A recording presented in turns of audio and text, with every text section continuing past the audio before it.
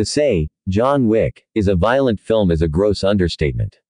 Once the dog dies, it's pretty much a bloodbath from then on, with Wick dispatching countless goons very realistically on his way to ultimate revenge. And, he doesn't just kill a few, he makes sure to kill them by double and triple tapping his prey.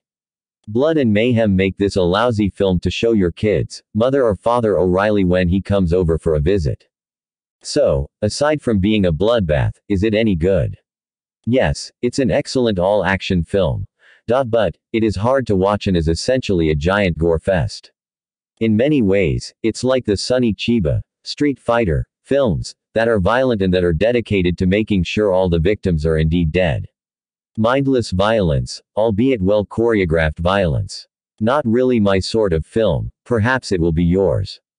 My only guide to this movie was IMDb ratings, which I'm sorry to say but are either being used only by people with very low standards for movies or are somehow rigged. I'm giving it 3 stars for whatever little entertainment value it had. Movie begins by showing a regular guy spending good time with his girlfriend.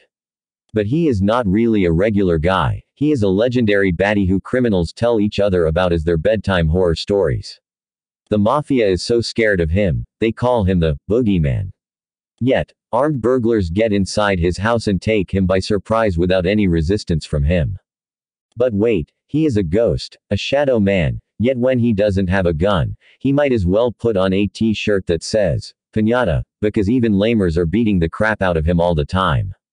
But wait, he is fast, he is ruthless, and he is on a revenge mission. Yet rivals keep slipping out of his hands, he can't shoot anything unless the target somehow presents itself 2 feet from his pistol, and he needs to be continually rescued by his only true friend who, our hero, doesn't give a damn about. I think what failed this movie, for me, was the script. Period. Ultra-violent first entry with lots of killings, thrills, noisy action, suspense, and crossfire. In this original John Wick 2014, an ex-hitman comes out of retirement to track down the gangsters that killed his dog and took everything from him. With the untimely death of his beloved wife still bitter in his mouth, he seeks for vengeance. But when an arrogant Russian mob prince and hoodlums steal his car and kill his dog, they are fully aware of his lethal capacity. The boogeyman will find himself dragged into an impossible task, as every killer in the business dreams of cornering the legendary Wick, who now has an enormous price on his head.